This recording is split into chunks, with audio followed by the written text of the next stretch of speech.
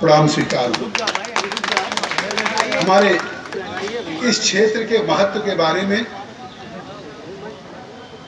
मुझसे पूर्व वक्ताओं ने काफी विस्तार से रोशनी डाली। मैं उन बातों की पुनरावृत्ति नहीं करना चाहता, लेकिन इस भारत भारी का जो ऐतिहासिक तथ्य है, जिसका उल्लेख गजेटियर में भी है, जिसका उल्लेख United province of Awadh and Agra के वॉल्यूम 32 के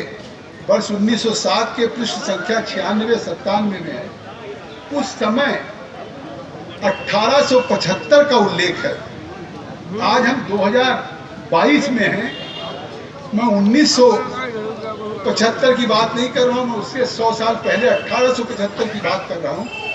उस गजेटियर में जो उस समय पूरा United province of Awadh, Lucknow, Purvanchal, Agra होता था, उसके गजेट में उन पृष्ठों पे अंकित है कि 1875 में यहाँ पे 50,000 इस मेले में लोग आए थे। तो यकीनन इस मेले का महत्व, इस स्थान के पौराणिक ऐतिहासिक महत्व को रेखांकित करने की, या इसको मैं परिभाषित करूं तो शायद अपने आप में स्वयं में जो इतिहास है, इतिहासविदों का है, और कई चीज़ें हैं। तो मैं एक बात कह सकता हूं कि अगर उस समय 1875 में 50,000 लोग आए, जिस तरह से हमारे लोगों ने उल्लेख किया, और उस उल्लेख के बाद कम से कम आज फिर से इस मेले के स्वरूप के लिए एक समिति बनी। संतोष सिंह जी ने एक पहल किया, सीओ ने पहल किया, और वो परंपरा अनवरत जारी है। मैं इस मेला समिति को भी धन्यवाद दूंगा कि एक अच्छी परंपरा अगर शुरू किया, तो चाहे शामली में एडीएम है, लेकिन आपने संतोष जी को भी याद किया, इसके लिए निश्चित तौर से मेरा समिति इस बात के लिए धन्यवाद। क्योंकि आज भी कपिल वस्तु महोत्सव की चर्चा होती। कपिल वस्तु महोत्सव परम पूज्य योगी आदित्यनाथ जी की कार्यकाल में अपनी ऊंचाइयों के शिखर तक गया। आज वो कपिल वस्तु महोत्सव केवल कपिल वस्तु महोत्सव नहीं है। काला नमक चावल जो गौतम बुद्ध के प्रसाद के रूप में भगवान बुद्ध दिया करते थे मुट्ठी से, वो काला नमक चावल एक तरह से विलुप्त हो रहा था। लोग हाईब्रिड के बीज बोने का काम कर रहे थे। सिद्धार्थनगर में, पूरे प्रदेश में, देश में शायद वो काला नमक की कोई चर्चा भी नहीं होती थी, जो 6 AD पूर्व भगवान बुद्ध उसको प्रसाद के रूप में देते थे। और आज दुनिया में पूरे गौतम बुद्ध को मानने वाले, थाईलैंड हो, सिंगापुर हो, चाइना हो, जापान हो, कंबोडिया हो, इंडोनेशिया हो, मलेशिया हो, श्रीलंका हो, दुनिया के तमाम देश हैं जहाँ पे आज भी गौतम बुद्ध के उस करुणा, ममता, शांति, अहिंसा, वही बौद्ध धर्म वहाँ का धर्म है। दुनिया के तमाम देशों का बौद्ध धर्म है।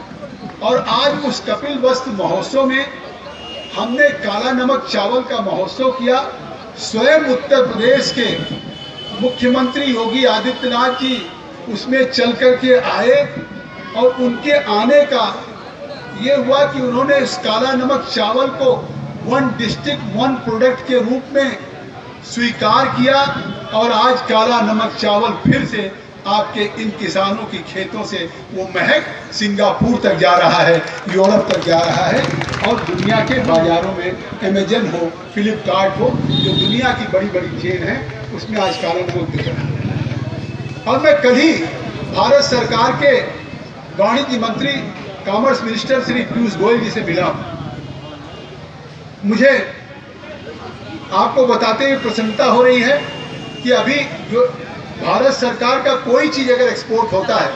तो उसके लिए वाणिज्य मंत्रालय में एक एपिडा डिपार्टमेंट है। वो एपिडा एक्सपोर्ट करती है दुनिया के फेयर में, दुबई हो, US हो, यूरोपियन यूनियन कंट्री हो, वहाँ पे मेलों में स्टॉल लगाती है। तो एक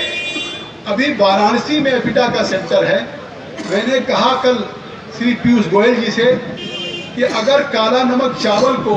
बासमती की तरह से पूरी दुनिया में इसकी खुशबू को बिखेरना है, और उत्तर प्रदेश में योगी जी के नेतृत्व में या केंद्र में प्रधानमंत्री मोदी जी के नेतृत्व में सिद्धार्थनगर के किसानों की आय दुगनी नहीं, 3 गुना, 4 गुना, 5 गुना, उसकी कोई सीमा नहीं। यहाँ नहीं बिकेगा, पूरी दुनिया से पैसा आपके जेब में आने का काम करेगा। एक एपिडा का सेंटर दे दें, उन्होंने उस पर विचार करने के लिए कहा। मैंने कल ही चिट्ठी दी है, तो मुझे लगता है कि एपिडा का सेंटर खुलेगा। इसके प्रमोशन की बात है, काला नमक चावल के प्रमोशन के लिए भी अभी वो किसी अधिकारी ने चिट्ठी जिलाधिकारी को लिखी थी, उन्होंने मुझे भेजा था कि ये अभी बासमती के श्रेणी में नहीं आता है। तो अगर बासमती, नॉन बासमती को अगर बाहर एक्सपोर्ट नहीं मिलता है तो काला नमक फिर बाहर नहीं जाता। तो इसको हम एपिडा से बासमती के श्रेणी में ला सके, उस संबंध में मैंने आग्रह किया है। और आप यकीन करो, ये उत्तर प्रदेश के योगी आदित्यनाथ जी का जो एक जिला एक उत्पाद है, अब ये एक जिला एक उत्पाद का काला नमक चावल केवल सिद्धार्थनगर की सीमाओं तक महदूद नहीं रहेगा, प्रदेश देश तक महदूद नहीं रहेगा, ये दुनिया की सारी बाजारों में सिद्धार्थनगर का काला नमक चावल। तो इसलिए मैं आपसे कहना चाहता हूं कि अगर आज इस परंपरा को, उस कपिल वस्तु महोत्सव को आज जिस तरीके से हर साल उत्तरोत्तर आगे ले जाने का काम कर रहे हैं, मैं आज इस बात के लिए स्पष्ट आश्वस्त करता हूं कि संतोष जी, आप लोगों ने एक मेला समिति बना के जो एक परंपरा शुरू की है, आज आप भी हैं, हमारे वर्तमान उड़ाल जी उप जिलाधिकारी हैं, उनके साथ पूरी समिति है तहसीलदार की, नायब तहसीलदार की, और इसके विकास की समिति के अध्यक्ष जिलाधिकारी, जो भारत भारी पर्यटन के विकास की। तो मैं निश्चित तौर से, जहां अभी हमारे पूर्व विधायक जी ने हर मंदिर पे योगी आदित्यनाथ जी के प्रसाद का उल्लेख किया है, वहीं मैं आपको आश्वस्त करता हूं कि जैसे कपिल वस्तु महोत्सव के मेले पे शासन की तरफ से सहयोग है, भविष्य में इस मेले को भी उत्तर प्रदेश की सरकार का पूरा सहयोग है। और मैं आज ही कोशिश करूंगा कि अगले एक सप्ताह ये मेला है, तो कम से कम पर्यटन और संस्कृति मंत्रालय से रात को, चाहे ब्रज की होली हो, चाहे मथुरा की, चाहे राम पे, भगवान राम पे हो, या और तमाम तरह की प्रस्तुतियां हैं, संस्कृति विभाग पर्यटन से कल्चरल टीमें आए, उसमें मेला समिति के ऊपर कोई बोझ भी नहीं पड़ेगा। और लगातार, जब ये मेला केवल दिन में नहीं चलता है, ये मेला पूरी रात भी चलता है, हजारों की संख्या में हमारी बहनें आती हैं, माताएं आती हैं, तो रात को इस पंडाल में रोज कुछ न कुछ सांस्कृतिक कार्यक्रम हो, इस बात का मैं प्रयास करूंगा कि जिससे इस मेले की लोगों की मान और ताजी चीजें पड़े। मैं इसमें बहुत विस्तार से नहीं जाना चाहता, लेकिन मैं एक बात कहना चाहता हूं कि इस जगह के लिए कई चीजों का उल्लेख है। त्रेता युग में क्या उल्लेख है? त्रेता युग का यह उल्लेख है कि जब मर्यादा पुरुषोत्तम राम और रावण का युद्ध हुआ, और मेघनाथ ने, जब उन्होंने लक्ष्मण को सिद्ध बाण, जो उनके पास एक अमोघ अस्त्र था मेघनाथ के पास, उसका इस्तेमाल किया, तो भगवान लक्ष्मण मूर्छित हुए और पूरे भगवान राम की सेना में एक चिंता हुई। तो उस समय सुसेन वैद्य जी ने कहा कि अगर वो संजीवनी बूटी कोई ला सकता हो सुबह तक, तो वो संजीवनी बूटी अगर आएगी तो निश्चित तौर से लक्ष्मण जी फिर से जीवित हो जाएंगे। ये काम परम बलशाली हनुमान जी को सौंपा गया और वो गए, और जिस तरीके से वो द्रोणागिरी से संजीवनी बूटी लेकर के लौट रहे थे, तो भरत जी ने अयोध्या से समझा कि ये कोई अयोध्या का शत्रु आ रहा है। उन्होंने बाण मारा और बाण से लगने से हनुमान जी उस संजीवनी बूटी पर्वत के साथ यहाँ पे गिर गए, और वो गिरने से जो आज ये सरोवर है, अमृत सरोवर कह लीजिए, भरत सरोवर कह लीजिए, कुंड सरोवर कह लीजिए, इसका यह इतिहास है कि स्वयं भगवान राम और लक्ष्मण के उस पे आज ये सरोवर है। और इस सरोवर के लिए बहुत सी सरकारें, मैं बिल्कुल सहमत हूँ कि आखिर हर तरह की आज़ादी के बाद से आई, जिसका ये महत्व हो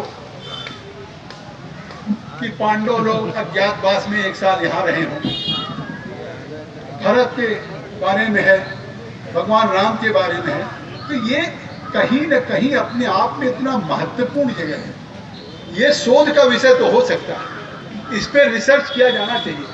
और मैं जो भी इसके सब लिटरेचर हैं, पहले एक बार रमेश बाबा से मैंने बात किया था और मैंने कई बार किया था, लेकिन अब मैं स्वयं मुख्यमंत्री जी को दूंगा, क्योंकि BHU के भी इतिहासकारों का नाम है professor SM Singh ji, professor Satish Chandra ji. वो कहते हैं कि 3000 वर्ष पूर्व यहाँ गौतम बुद्ध जी आए थे और ये बौद्धकालीन की भी संस्कृति यहाँ मिलती है। उस समय की मूर्तियाँ, बर्तन और ये चीज़ें हैं, चाहे गोरखपुर के विश्वविद्यालय के प्राचीन इतिहास विभाग के संग्रहालय में रखा है। तो जहाँ पे एक तरह से पुरातत्व के जो विद हैं, इतिहासकार लोग हैं, बनारस हिंदू विश्वविद्यालय के, गोरखपुर विश्वविद्यालय के प्राचीन इतिहास के, उनका कहना है कि गौतम बुद्ध के काल का ऐतिहासिक तथ्य में है कि 1875 से ये है। और उसके पहले ये पांडवों की बात है। तो इस तरह से ये अपने आप में ये जगह कितनी महत्वपूर्ण है कि हम इसका केवल एक परंपरा का निर्वहन हमें नहीं करना चाहिए। अब ये सारे जो इतिहास के शोध का विषय है और इसके बारे में, भारत भारी के बारे में जितनी चीज़ें उपलब्ध हैं, चाहे अवध आगरा प्रोविंस के गजेटियर में हो, चाहे बस्ती एक जिला था बस्ती के गजेटियर में हो, या शासन के हो, उस पे मैं समझता हूँ कि अगर इस भारत भारी मेले को पूरे देश और दुनिया में इसको हमें प्रतिष्ठापित करना है और इस भारत भारी मेले का इतिहास पूरी दुनिया को बताना होगा, तो इन सभी विषयों पे रिसर्च करके पूरी दुनिया के सामने लाना पड़ेगा इस दस्तावेज। और आपको याद होगा कि जब मैं आप सबके आशीर्वाद से सांसद बना, आदरणीय नरेंद्र मोदी जी प्रधानमंत्री बने और उसी समय डॉक्टर महेश शर्मा जी भारत के पर्यटन मंत्री बने। उनसे मैंने प्रयास किया कि कम से कम ये जो एक ब्रह्म कुंड है या अमृत सरोवर है या भरत सरोवर कह लीजिए, इसको कायदे से विकास के लिए कम से कम घाट बन सके, पाथवे बन सके, फसाड लाइट हो सके। तो 2018-19 में 3 करोड़ 4 लाख की लागत से पवित्र सरोवर बना। ये उल्लेख मैं इसलिए कर रहा हूँ कि चाहे यहाँ का पवित्र सरोवर बना हो 3 करोड़ 4 लाख का, चाहे इस एक गांव को नगर पालिका का स्वरूप देने का काम किया हो, ये काम अगर किसी ने किया है तो उत्तर प्रदेश के योगी आदित्यनाथ जी ने किया है, भारत के प्रधानमंत्री श्री नरेंद्र मोदी ने। आखिर इसके पहले भी बहुत सी, और मैं उसकी चर्चा करके ये उल्लेख नहीं करना चाहता कि मैं कोई पिछली सरकारों की आलोचना करूं, लेकिन मैं कह सकता हूं कि हम सौभाग्यशाली हैं कि आज वो जगह जो हमारे लिए पौराणिक हो, हमारे लिए ऐतिहासिक हो, और उस पौराणिक और ऐतिहासिक स्थल के विकास के लिए जो पुरातत्वविदों के द्वारा यहाँ खुदाई की गई और खुदाई में जो भी चीज़ें मिली, चाहे वो बौद्धकालीन की मूर्तियाँ मिली हों, खुदाई में अवशेष मिले हों, या उस समय के प्राचीन जो कोई ईंटें हों या सिक्के हों या शाक्य वंशी काल की चीज़ें हों, तो आज इन सब पे अगर किसी का ध्यान गया और इसको जिस तरीके से एक विकास की दृष्टि से ले जा रहे हैं, तो आज ये मेले का तो उद्घाटन हो जा रहा है। मेले के बारे में कानून व्यवस्था में एडिशनल SP साहब ने कहा, हमारे पूर्व विधायक जी ने कहा कि मेला इसलिए होता है कि हजारों लोग, आसपास के गांव के लोग साल भर प्रतीक्षा रहती है, लोग मिलते हैं। एक गांव की बेटी किसी गांव की बहू हो जाती है, लेकिन मेले में फिर उसको गांव भर के लोग मिल जाते हैं। तो एक तरीके से एक ऐसा स्थान होता है जहाँ परिवार मिलते हैं, जहाँ मित्र मिलते हैं, जहाँ भाईचारे मिलते हैं। तो ये आनंद का उत्सव है, और इसमें कोई भी अगर किसी प्रकार की कोई घटना हो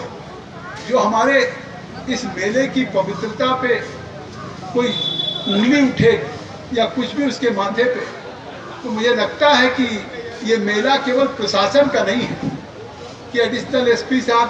पुलिस की जिम्मेदारी है कि केवल मेला सकुशल हो, कोई घटना ना हो, हिंसा ना हो, छिनैती ना हो। आज ये संकल्प कर लीजिए कि भारत भारी मेला ये हमारा मेला है, हमारे गांव का मेला है, हमारे जवार का मेला है, और इसे फिर हम उस 1875 के गजेटियर में, अगर उसमें हम एक दिन में 50,000 लोग आए, या तो आज हम फिर यहाँ लाखों लोग क्यों ना ये आएंगे। लगातार प्रयास किया, कई जगह का उल्लेख किया, भानपुर रानी का, गालापुर का, यही पार का हमारे पूर्व है, स्वीकृतियां हुई है, कुछ स्वीकृतियां पाइपलाइन में। तो आज जो भी पाइपलाइन में है, ये बात सही कि पहली बार इस तरह के आस्था